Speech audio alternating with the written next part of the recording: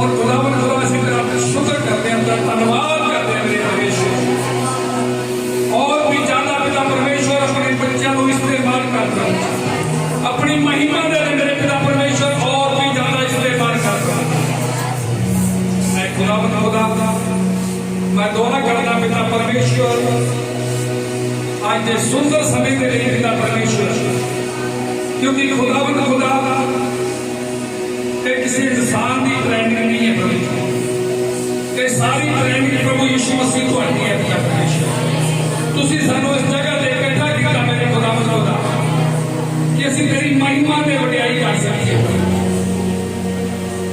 आज मेरे खुदावन खुदा तेरा रूप पाक तेरी पवित्र आत्मा इस जगह ते बड़े कार्य करने पाए, और जितने भी तेरे बेटे बेटियां पिता परमेश्वर तेरी हजूरी चाहेंगे प्रभु जी, लेकिन जानू शुदा करे पिता परमेश्वर, और बड़ी बरकत देना खुदा खुदा एक वापस जाने पाएंगे। और मैं दुआ करना पिता परमेश्वर जो भी मेरे पिता परमेश्वर तेरे दास ने इस जगह पे अपने लोगों का स्वागत किया है प्रभु जी, तुसी बहुत सारी आशीष अपने दास को दो, और खुदा खुदा इसी तरह पिता परमेश्वर तेरी महिमा ते वडियाई होगी रहे मेरे खुदा। इसी तरह धन्यवाद करते हैं मेरे खुदा, तुसी दया करते हो जो असीं मंगते हैं प्रभु जी तुम साडे लिए करते हो। और मेरे पिता परमेश्वर ये सारी आयु संगत का धन्यवाद करते हैं, और खुदावन खुदा जो भी गीत भजन गाए गए प्रभु जी, एक गीत भजन प्रभु जी तेरू स्वर्ग के चंगे लगे। और खुदावन खुदा जो भी समय है प्रभु जी उस समय के अनुसार मेरे पिता परमेश्वर आज के वचन के लिए जो भी वचन सुनाए थे प्रभु जी एक बड़ी मैदारी आ जाए मेरे परमेश्वर। मैं तेरा शुक्र करना पिता परमेश्वर और तेरा धन्यवाद करना मेरे खुदावन खुदा जो कल 15 अगस्त के नहीं कि जो देश 1947 में 15 अगस्त 1947 में ये देश हो जाता है उसके लिए इसी तरह धन्यवाद करते हैं मेरे परमेश्वर। तुसी बड़ी कृपा की है, दया की है, सानू संभाल के रखे प्रभु जी, हर दुखों से बीमारियों को छुड़ा के रखे प्रभु जी, इसके लिए धन्यवाद करते हैं मेरे। थैंक यू लॉर्ड मैं पिता परमेश्वर जो भी आज तेरे दास वचन सुनाए प्रभु जी, एक एक वचन पिता परमेश्वर सारे जीवन ग्रहण होए असि उस वचन के अनुसार चलने वाले बन जाइए। खुदावन खुदा जो भी तेरे बेटे बेटियां पिता परमेश्वर आना चाहते हैं उन्होंने जल्दी जल्दी इस मंजिल पे लेके आओ कि असी खुदावन खुदा तेरे नाम की महिमा कर सकें। बड़ी कृपा करो, दया करो, तुहाडा अनुग्रह, तुहाडी शांति इस अमन ते बनी रहे प्रभु, क्योंकि तेरी शांति के द्वारा पिता परमेश्वर सब कुछ कर सकते हैं प्रभु, तेरी दया के अनुसार सब कुछ हो सकता है। उसी बड़ी कृपा करो और दया करो, थोड़ा अनुग्रह थोड़ी शांति सारे जीवन की बनी रहे और तेरा नाम महिमा होने लगे। धन्यवाद करते हैं प्रभु, मेरी छोटी दुआ को सुनो ते कबूल करो, पिता पुत्र पवित्र आत्मा द्वारा मांगते हैं, आमीन।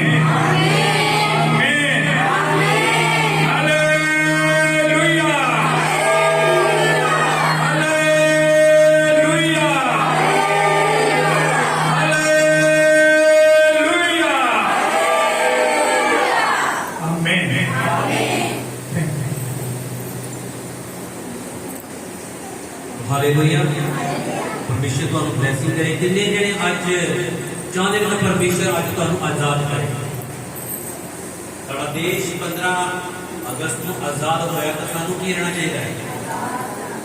क्या परमेश्वर ने तुहानू आजाद किया है या नहीं किया? हालेलुया। परमेश्वर का धन्यवाद करके सारे बैठ जाएंगे और परमेश्वर के दास सारे विचार दो आए ने पास दलीप जी जानते हो इन्हां दा असीं स्वागत करांगे सारे ताड़ी मार के सब ने ताड़ी मार के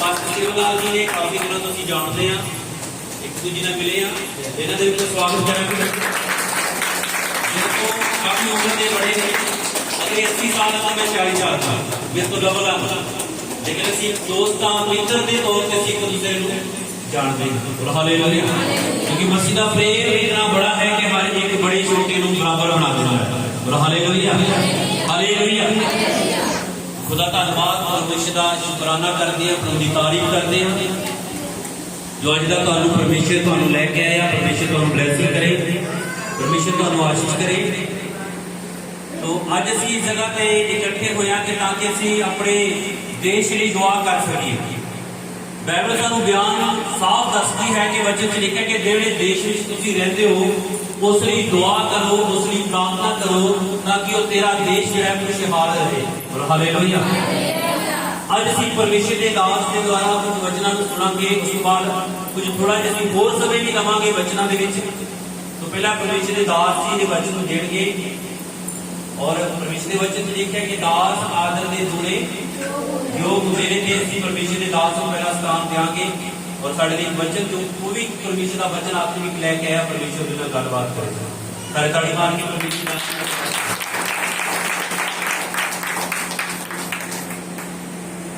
हालेलुया तो प्रभु का धन्यवाद हो जो भाई संतोष पास्टर जी काफी दिन से हमारा मेल मिलाप है और 2010 से हम मिले थे और मिलजुल के चल रहे हैं इसी कारण परमेश्वर इसको और भी ज़्यादा बढ़ाए और अच्छे तरीके से चल पाए तो पिता का मैं धन्यवाद करता हूँ। देखो मैं आप जानते हैं मैंने स्कूल तो गया नहीं अनपढ़ व्यक्ति हैं रब ने चलाया है जैसा उसने चलना सिखाया वैसे चल गए तो आज जो समय बहुत कम है क्योंकि आगे पीछे बहुत सारे काम होते हैं सेवकों के बीच में हम एक जानना चाहते हैं कि जब तक इंसान जो प्रभु में है अपने जीवन के बारे में जानना बहुत जरूरी है। यदि हम अपने जीवन के बारे में नहीं जानते तो हम कुछ भी नहीं है। जेड़ा अपने जीवन के बारे में जानता कि मेरे जीवन में क्या गलती है क्या परेशानी रहती है वो बंदा रब से बहुत ज़्यादा आशीष पा लेता है क्योंकि रब उसको माफ कर देता है। जेड़ा बंदा अपनी गलतियों को गुनाहों को भीतर छुपा के रखता है उसका कार्य कभी सफल नहीं होगा। जे आज आप परमेश्वर लो अपनी गलती जो करी है उसको बतावा तो परमेश्वर हमें आजाद करेगा माफ करेगा। नहीं तो आप गलती के साथ रहने वाला व्यक्ति आज भी शैतान की कैद में ही है क्योंकि वो बंदा भलाई कितना कुछ भी प्राप्त कर ले जब तक उस बंदे के अंदर वो गलती है जब तक वो गलती छोड़ ना दे जब तक वो शैतान की कैद में ही है। और शैतान की कैद से आजाद होना है तो घुटनों पे आके परमेश्वर से प्रार्थना करे और अपने गुनाह को मान के स्वीकार करके कहे कि प्रभु ये गलती मेरे अंदर है। तो राजाओं का राजा वो प्रभुओं का प्रभु परमेश्वर है वो आपके गुनाहों को माफ करेगा।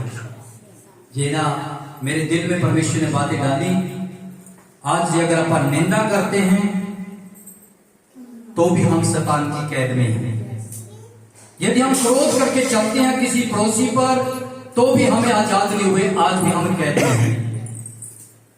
अगर किसी के प्रति कड़वापन अपने जीवन से दूर करके आगे बढ़ी जेड़ा रब ने आपको दास दिया है उसकी अधीनता में होके परमेश्वर का वचन कहता है जेड़ा मेरे भेजे हुए ने आदर करता है ग्रहण करता है वो मैनू ग्रहण कर लेता है और जेड़ा मेरे भेजे हुए को तुच्छ जानता है वो मुझे भी तुच्छ जानता है। आपके पास जिसको भी परमेश्वर ने भेजा है उसका आदर करो उसके साथ साथ मिलके रहो वही परमेश्वर एक सच्चा रास्ता दिखाएगा। यदि हम उसके साथ मिलके नहीं रह रहे उसके साथ वफादारी के साथ नहीं रह रहे तो आने वाले समय में आप लोग जब जाएंगे तो प्रभु यीशु क्या कहेगा जब आपको दास के साथ जिसके साथ मैंने तुम्हें दिया था आप उसके भी वफादार नहीं रहे तो मेरे वफादार कैसे रह सकते हैं? क्योंकि आज क्या हो रहा है, आज शक्ति पास्टरों लोग यीशु के पास नहीं जा रहे। अगर जेगा कोई प्रभु यीशु के पास जा रहा है, उसका जीवन निराला है, उसका घर खुशियों से भरा हुआ है। आज क्या ढूंढ रहे हैं लोग? जब उपदेश की बात आती है तो वो नए नए क्या ढूंढ लेंगे? उपदेशक ढूंढ लेंगे, नई नई चर्चे ढूंढ लेंगे। मैं कहता हूं चर्च ढूंढने की जरूरत नहीं पड़ेगी, आप अपनी कमियों को ढूंढना। अपने अंदर क्या कमी है, मैं क्यों नहीं उस चर्च में चंगी हो पाई? कारण क्या था? क्यों छोड़नी पड़ी मैंने चर्च? क्यों बदलना पड़ा मैंने चर्च? चर्च नहीं बदले, अपना दिल और मन बदले, क्योंकि परमेश्वर आपको बहुत सारी ढेर सारी आशीषें दी। यदि आप मन नहीं बदलेंगे, पास्टर जी के पास आते रहेंगे, पास्टर जी कर दो, प्रार्थना कर दो, ये कर दो, वो कर दो, वो तो विचार करता ही रहेगा। चर्च में समय से पहले आना, प्रार्थना करना। एक अन्ना नाम की औरत थी जिसके पास बच्चे नहीं थे, वो सारे से पहले 10 मिनट बैठ के आके दुआ करने लगी, प्रार्थना करने लगी।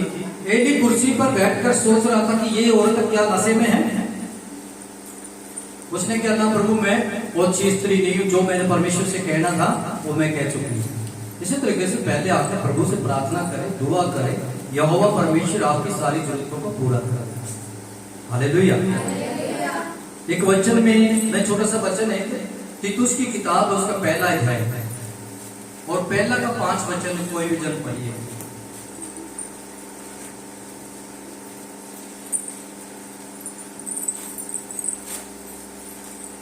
तीतुस उसका पहला का 5 वचन।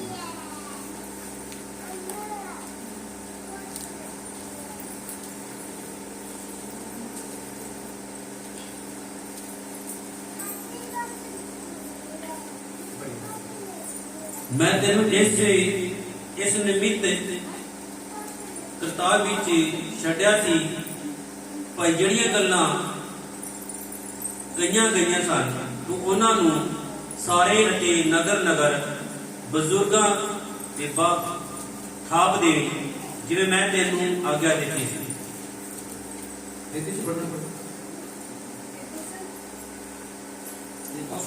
एक का 5। मैं इसलिए तुझे क्रेते में छोड़ आया कि तू शेष बातों को सुधारे और मेरी आज्ञा के अनुसार नगर नगर प्राचीनों को नियुक्त करे। यानी कि पौलुस अपने के जो सेवक था उसके आगे चलने वाला, इसलिए छोड़ के आया उसको कि वो जो लोग हैं उनके बीच में क्या चल रहा है, उनकी शेष बातों को क्या करे, सुधारे। और हमें परमेश्वर की शिक्षा पानी है, और परमेश्वर के दास से अगर हमारे में कोई गलती है तो उस गलती को आप कबूल करके उनको सुधारना चाहिए। क्या गलती है हमारे में?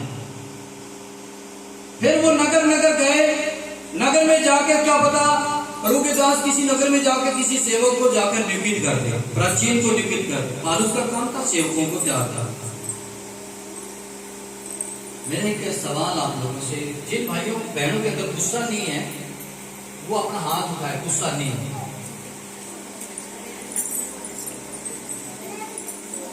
सब में गुस्सा? कोई यीशु मसीह में गुस्सा था? है?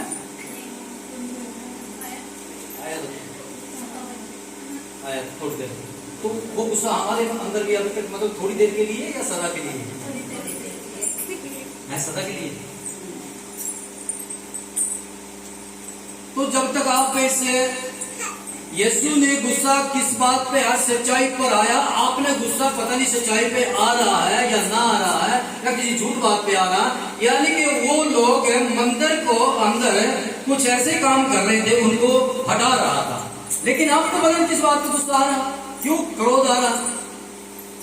क्रोध मनुष्य के जीवन का क्या है, सबसे बड़ा खतरनाक जहर पीने जैसा होता है, यानी कि कैंसर के समान होता है।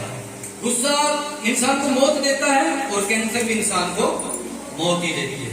अगर आप अपनी बातों को सुधारेंगे तो सच में ही परमेश्वर के राज्य में प्रवेश कर सकते हैं। आपको कभी जिंदगी में कोई चर्च बदलने की जरूरत नहीं पड़ेगी।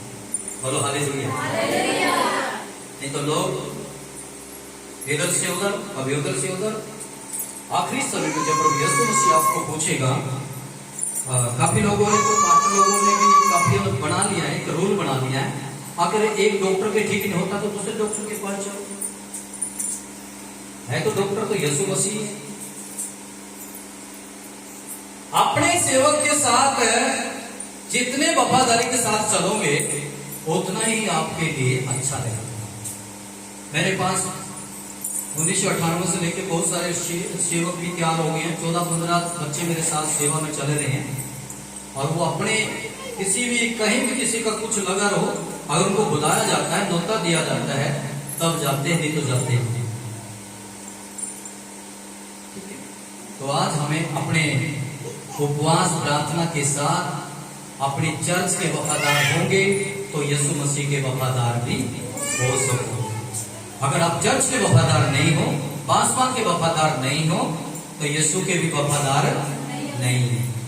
यीशु एक मान वो आपको पूछ लेगा, वो कहेगा क्या तू जिन समय मैंने अपने दास को तुम्हारे पास भेजा था, क्या उसके वचन के ऊपर तूने विश्वास किया? आप कहेंगे किया, बहुत ज्यादा कर लिया। फिर उसे क्यों छोड़ दिया? जब विश्वास कर लिया तो उसकी क्यों छोड़ दिया? छोड़ के दास को और रास्ता ढूंढ लिया। आज तो सियाने ढूंढ रहे रास्ता, बापे के पास ढूंढ रहे लोग जा जाके। यीशु मसीह को बाबा सियाना बना दिया लोगों ने। यीशु मसीह जीवता जागता परमेश्वर है और वो हमारे सारे कामों के लिए जितना हमने किया उसका कर्ज चुका गया। हालेलुया। तो क्या आज आपको समझ में आया? क्या हम अपने दास के वफादार रहेंगे या नहीं रहेंगे? रहेंगे।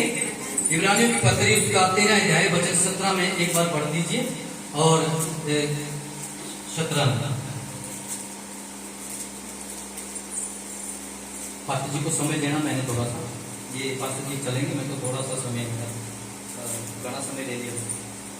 अपने अगुओं की आज्ञा मानो और अपने अगुओं की आज्ञा मानो और उनके अधीन रहो, और उनके अधीन रहो, क्योंकि वे उनके समान तुम्हारे प्राणों के लिए जागते रहते हैं, जिन्हें लेखा देना पड़ेगा। वही देखिए, अगर हम किसी मजदूर के पास जाएंगे वो तुम्हारे लिए नहीं जाते, क्योंकि वो मजदूर है। अगर खतरा आएगा, आज मैं बुला लिया, मैंने तो आपने जो कुछ दिया लेने पार गया है जी, पार गया। सेवक उठाएगा कठिनाई को तुम्हारे लिए, जो तुम्हारा सेवक है वो उठाएगा, वो जागेगा तुम्हारे लिए, वो प्रार्थना करेगा, क्योंकि खेत दिया गया उसको। उस खेत की अगर वो बीच में बैठकर प्रार्थना नहीं करेगा तो आवारा जानवर खेती को क्या कर देंगे? उजाड़ देंगे। हालेलुया। तो आपके प्राणों का लेखा कौन देगा? जो तुम्हारा दास